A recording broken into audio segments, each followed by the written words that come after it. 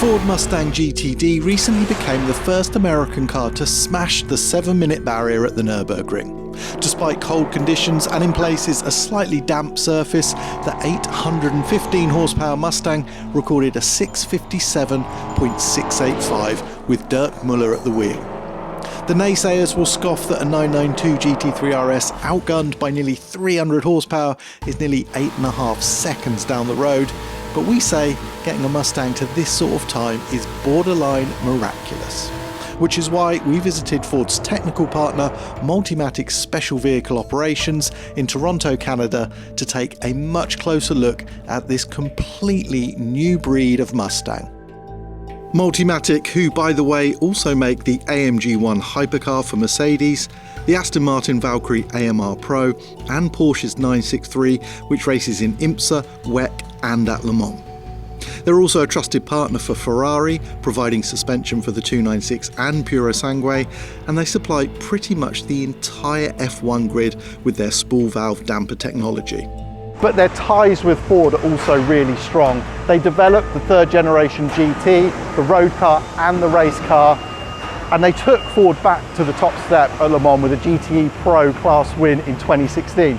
But that relationship continues to this day. We've got Mustang GT4s being made over here. There are GT3 cars too. They're going to compete in 280 races this season. Plus we have some other cool stuff. This is the Ford GT Mark IV, $1.7 million, 800 horsepower, 1,150 kilos of downforce. Just the ultimate iteration of this third generation Ford GT and our old friend. We experienced the DR on TG2 Cars and Stripes last year and loved every minute. A turnkey desert racer with a 5-litre Coyote V8, it's unstoppable, sounds completely wild and does very big jumps. But today is all about this car, the GTD, and we're going to be introduced to it by Todd Valentine, program manager for the GTD, who's going to let us look at the final car but also give us some nitty-gritty detail on it. Todd, come in here, tell us about your baby. Thanks for coming out here today, Jethro. Okay, we're going to get into detail in a minute, but first, no one's really seen it in a almost production intent way, so let's take this off. Let's take a peek. Wow, nice. Wow, I can't believe this thing is a she's a beauty. Production car. That is amazing. It's nice to see it in some colors.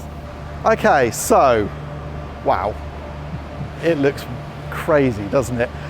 Now I know the basics of this car, radically evolved Mustang, track focused but road legal, you're going for this sub-7 minute lap of the ring, 800 horsepower, all the good stuff, but let's get into some detail. Tell me everything. Well, you start at 800 horsepower, at least 800 horsepower, right?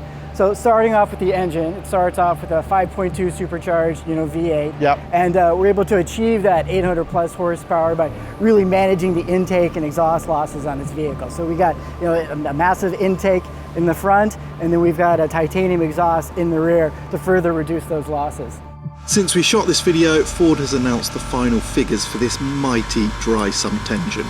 The GTD has 815 horsepower and 664 foot-pounds of torque and will hit 202 miles an hour. In order to get that power to the road, it's really about the tires. Yeah. So we got 325s in the front, 345s in the rear, right? I can't think of any road car ever that's had a bigger footprint than this. So I know that engine from the GT500 and love it, it's fantastic. Like you say, turn-in shouldn't be an issue with 325 fronts. Yeah. And I'm sure traction's going to be good too.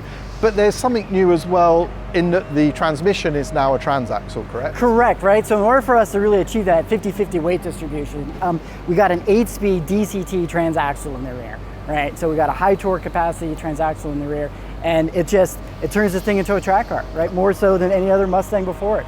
Yeah, again, GT500, which is sort of my reference, the gearbox on that car is already fantastic. So I know you've repositioned it, but are we going to expect even faster shift speeds and everything is ramped up? It's the next generation, right? So it's going to be a little bit faster than what you had on the GT500, right? But it's awesome. We'll get onto aero in a second. Yep. Carbon ceramic brakes? Absolutely, right? 6-piston Brembos in the front, 4 pistons in the rear, and carbon ceramic brakes. Got forged mag wheels, all around. So fantastic setup. And what about, I think about this car, 800 horsepower, I'm thinking, okay, it could be relatively a handful at times. What electronic systems have you got? Are there variable traction controls? We do, we got a variable traction control system, and that works in conjunction with our active aero system as well. Okay, suspension, again, very, very different. So we're used to struts up front, multi-link sort of rear axle arrangement. Yeah. Where have we gone to with this car? So we got an SLA front suspension, we got an inboard suspension that we'll talk about in a bit, and then this is really using Multimatic's ASV suspension technology.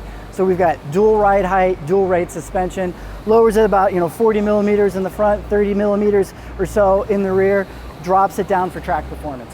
Okay, I mean the whole thing is just a track monster, isn't it really? The inboard rear dampers are super cool. We'll have a look at those when we're in the car in a minute.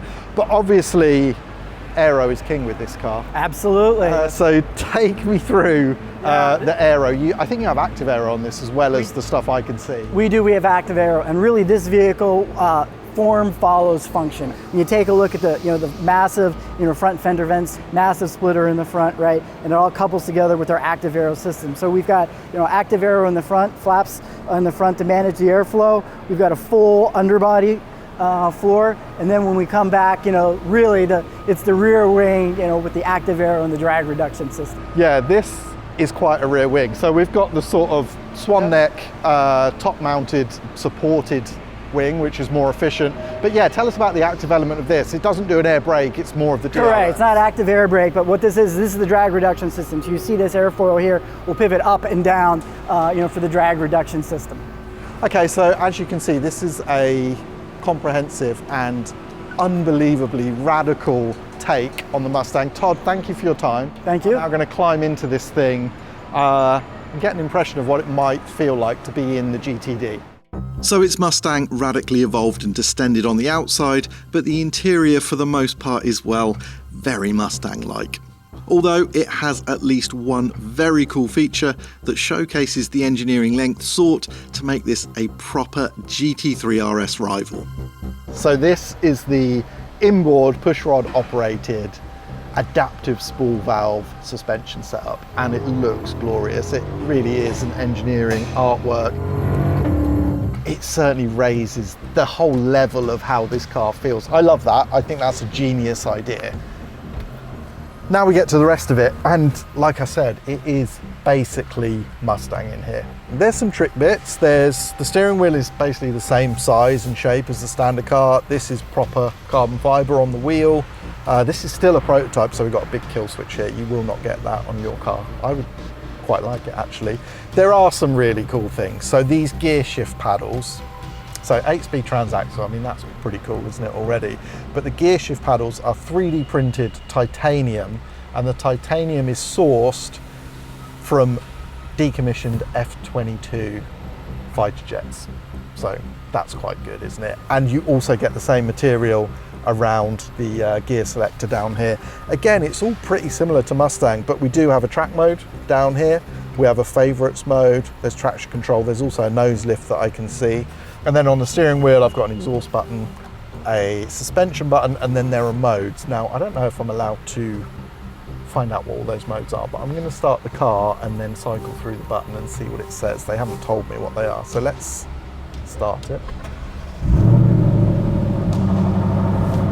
Sounds like a Mustang, which is a good thing. Okay, I like that. I do like that. Let's see what modes I have. I have normal mode, custom mode, slippery mode, drag strip mode, which seems odd, track mode, sport mode, some pretty funky graphics. And then if I hit this one, I think I'll get track suspension mode and it will go down.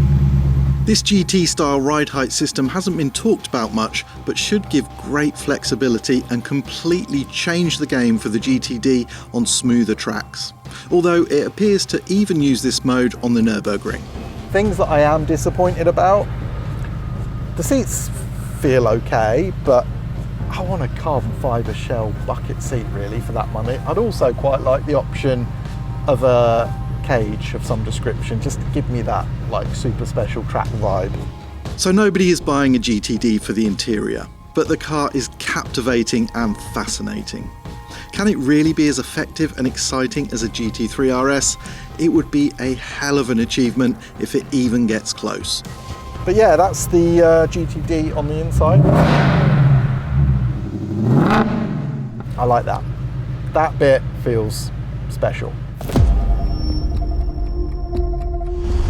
So that is just a little insight into this amazing project. We got some great information from Todd, but fresh off the plane from London, we have Multimatic SVO's driving force, Larry Holt, here. So it would be rude not to speak to him. Larry, thank you for talking to us.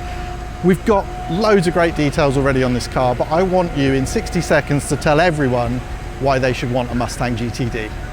Well, first of all, because it's awesome.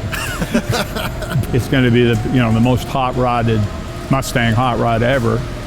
Going to compete with cars like the AMG GT, Porsche GT3 RS. We've already had it out on the Autobahn, so we know it's better than the Porsche on the Autobahn. We've had it at the Nürburgring, but right now we're just bedding it in and making sure that it'll go around there. And then our first target is get it under 7 minutes. We're pretty confident it's going to do that. So it's based on a race car. That's another, I mean, if you look at the GT3 car we're running and this car, if you quick glance, they look like the same car. It's full of really cool suspension, inboard suspension, double ride height, double rate. I mean, it's got all the same kind of stuff that the Ford GT had in a Mustang. So yeah, it's just awesome. So there it is from the man himself. This car is, I've been a bit blown away by the detail on it in person.